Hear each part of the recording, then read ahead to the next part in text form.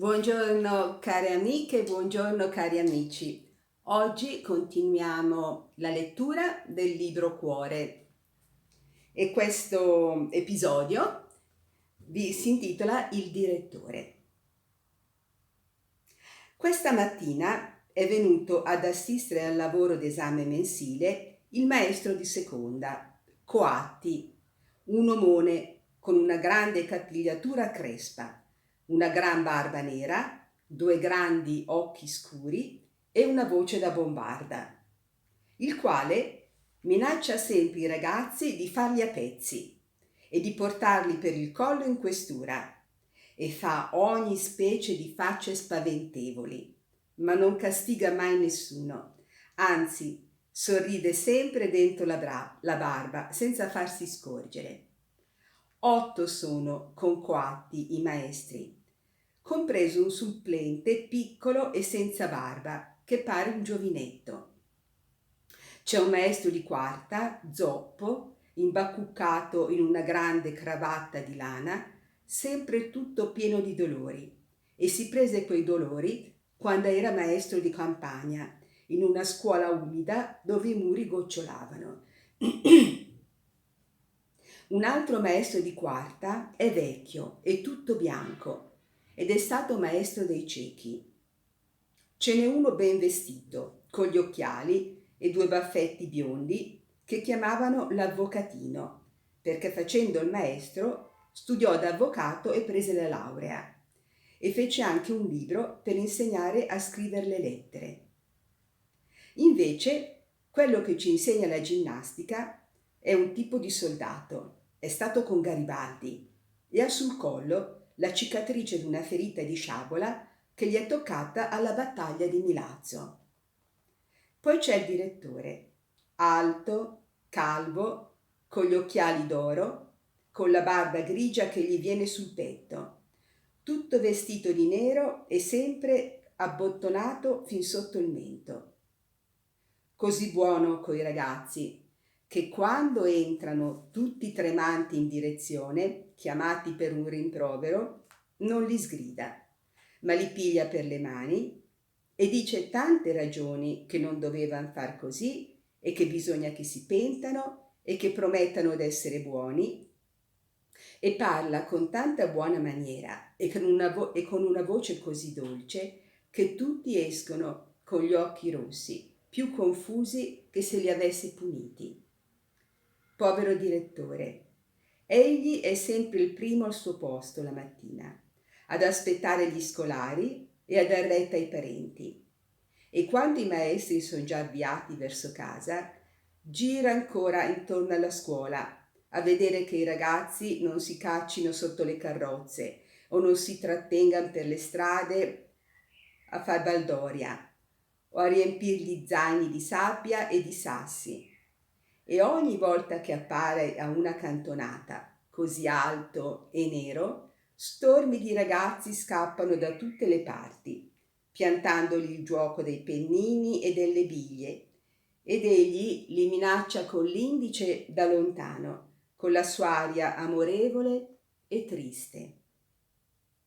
Nessuno l'ha più visto ridere, dice mia madre, dopo che gli è morto il figliuolo che era volontario nell'esercito. Ed egli ha sempre il suo ritratto davanti agli occhi sul tavolino della direzione. E se ne voleva andare dopo quella disgrazia. Aveva già fatto la sua domanda di riposo al municipio e la teneva sempre sul tavolino, aspettando di giorno in giorno a mandarla, perché gli rincresceva di lasciare i fanciulli. Ma l'altro giorno pareva deciso e mio padre, che era con lui nella direzione, gli diceva: «Che peccato che se ne vada, signor direttore», quando entrò un uomo a far iscrivere un ragazzo che passava da un'altra sezione alla nostra, perché aveva cambiato casa. A veder quel ragazzo, il direttore fece un atto di meraviglia.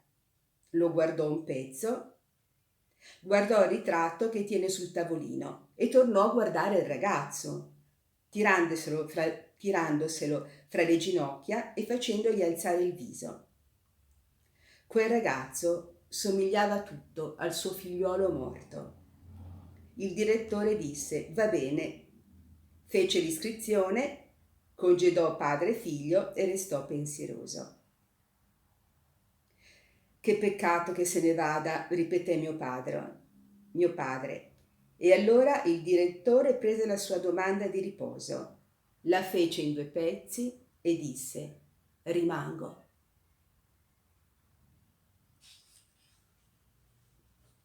Adesso leggiamo un altro episodio che si intitola I soldati. Il suo figliolo era volontario nell'esercito quando morì. Per questo il direttore va sempre sul corso a veder passare i soldati quando usciamo dalla scuola. Ieri passava un reggimento di fanteria e 50 ragazzi si misero a saltellare intorno alla banda musicale, cantando e battendo il tempo con le righe sugli zaini e sulle cartelle. Noi stavamo in un gruppo sul marciapiede a guardare. Garrone, strizzato nei suoi vestiti troppo stretti, che addentava un gran pezzo di pane, Votini, quello ben vestito, che si leva sempre i peluzzi dai panni, Precossi, il figliuolo del fabbro con la giacchetta di suo padre, e il calabrese, e il muratorino, e Crossi con la sua testa rossa, e Franti con la sua faccia tosta, e anche Robetti, il figliuolo del capitano d'artiglieria, quello che salvò un bambino dall'omnibus e che ora cammina con le stampelle. Franti fece una risata in faccia a un soldato che zoppicava, ma subito si sentì la mano di un uomo sulla spalla. Si voltò. Era il direttore. Bada, gli disse il direttore, schernire un soldato quando è nelle file, che non può né vendicarsi né rispondere, è come insultare un uomo legato. È una viltà. Franti scomparve. I soldati passavano a 4, sudati e coperti di polvere, e i fucili scintillavano al sole. Il direttore disse: voi dovete voler bene ai soldati, ragazzi.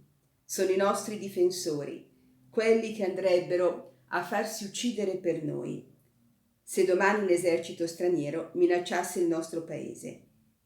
Sono ragazzi anch'essi, hanno pochi anni più di voi, e anch'essi vanno a scuola, e ci sono poveri e signori fra loro, come fra voi, e vengono da tutte le parti d'Italia. Vedete? Si possono quasi riconoscere dal viso. Passano dei siciliani, dei sardi, dei napoletani, dei lombardi. Questo poi è un reggimento vecchio, di quelli che hanno combattuto nel 1848. I soldati non sono più quelli, ma la bandiera è sempre la stessa. Quanti erano già morti per il nostro paese intorno a quella bandiera 20 anni prima che voi nasceste? Eccola qui, disse Garrone, e infatti si vedeva poco lontano la bandiera, che veniva innanzi, al di sopra delle teste dei soldati. Fate una cosa, figliuoli, disse il direttore. Fate il vostro saluto di scolari, con la mano alla fronte, quando passano i 3 colori. La bandiera, portata da un ufficiale, ci passò davanti, tutta lacera e stinta, con le medaglie appese all'asta. Noi mettemmo la mano alla fronte, tutti insieme. L'ufficiale ci guardò sorridendo e ci restituì il saluto con la mano. Bravi ragazzi, disse uno dietro di noi. Ci voltammo a guardare. Era un vecchio che aveva all'occhiello del vestito il nastrino azzurro della campagna di Crimea, un ufficiale pensionato. Bravi, disse, avete fatto una cosa bella. Intanto la banda del reggimento svoltava in fondo al corso, circondata da una turba di ragazzi, e 100 grida allegre accompagnavano gli squilli delle trombe come un canto di guerra. Bravi, ripeté il vecchio ufficiale guardandoci. Chi rispetta la bandiera da piccolo la saprà difendere da grande. Adesso leggo un altro episodio che si intitola Il protettore di Nelli. Anche Nelli ieri guardava i soldati, povero Gobbino, ma con un'aria così, come se pensasse: io non potrò mai essere un soldato. Egli è buono, studia, ma è così magrino e smorto e respira fatica. Porta sempre un lungo grembiale di tela nera lucida. Sua madre è una signora piccola e bionda, vestita di nero, e viene sempre a prenderlo alla fine delle lezioni, perché non esca nella confusione con gli altri, e lo accarezza. I primi giorni, perché ha quella disgrazia di essere gobbo, molti ragazzi lo beffavano e gli picchiavano sulla schiena con gli zaini, ma egli non si rivoltava mai e non diceva mai nulla a sua madre per non darle quel dolore di sapere che suo figlio era lo zimbello dei compagni. Lo schernivano ed egli piangeva e taceva, appoggiando la fronte sul banco. Ma una mattina saltò su Garrone e disse: il primo che tocca Nelli gli do uno scapaccione che gli faccio fare 3 giravolte. Franti non gli badò. Lo scapaccione partì. L'amico fece 3 giravolte e dopo d'allora nessuno toccò più Nelli. Il maestro gli mise Garrone vicino, nello stesso banco. Si sono fatti amici. Nelli si è affezionato molto a Garrone. Appena entra nella scuola cerca subito se c'è Garrone. Non va mai via senza dire addio Garrone, e così fa Garrone con lui.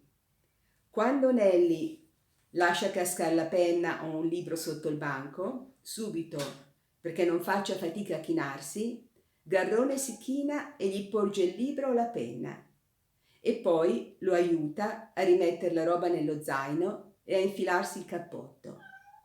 Per questo Nelli gli vuole bene e lo guarda sempre, e quando il maestro lo loda è contento come se lodasse lui. Ora bisogna che Nelli, finalmente, abbia detto tutto a sua madre, e degli scherni dei primi giorni e di quello che gli faceva impatire, e poi del compagno che lo difese e che gli ha dato affetto, perché ecco quello che accadde questa mattina. Il maestro mi mandò a portare al direttore il programma della lezione, mezz'ora prima del finis, e io ero nell'ufficio quando entrò una signora bionda e vestita di nero, la mamma di Nelli, la quale disse: signor direttore, c'è nella classe di mio figliuolo un ragazzo che si chiama Garrone? C'è, rispose il direttore. Vuole avere la bontà di farlo venire un momento qui, che devo dirgli una parola? Il direttore chiamò il bidello e lo mandò alla scuola, e dopo un minuto ecco lì Garrone sull'uscio, con la sua testa grossa e rapata, tutto stupito. Appena lo vide, la signora gli corse incontro, gli gettò le mani sulle spalle e gli diede tanti baci sulla testa, dicendo: sei tu, Garrone, l'amico del mio figliuolo, il protettore del mio povero bambino. Sei tu, caro, bravo ragazzo, sei tu.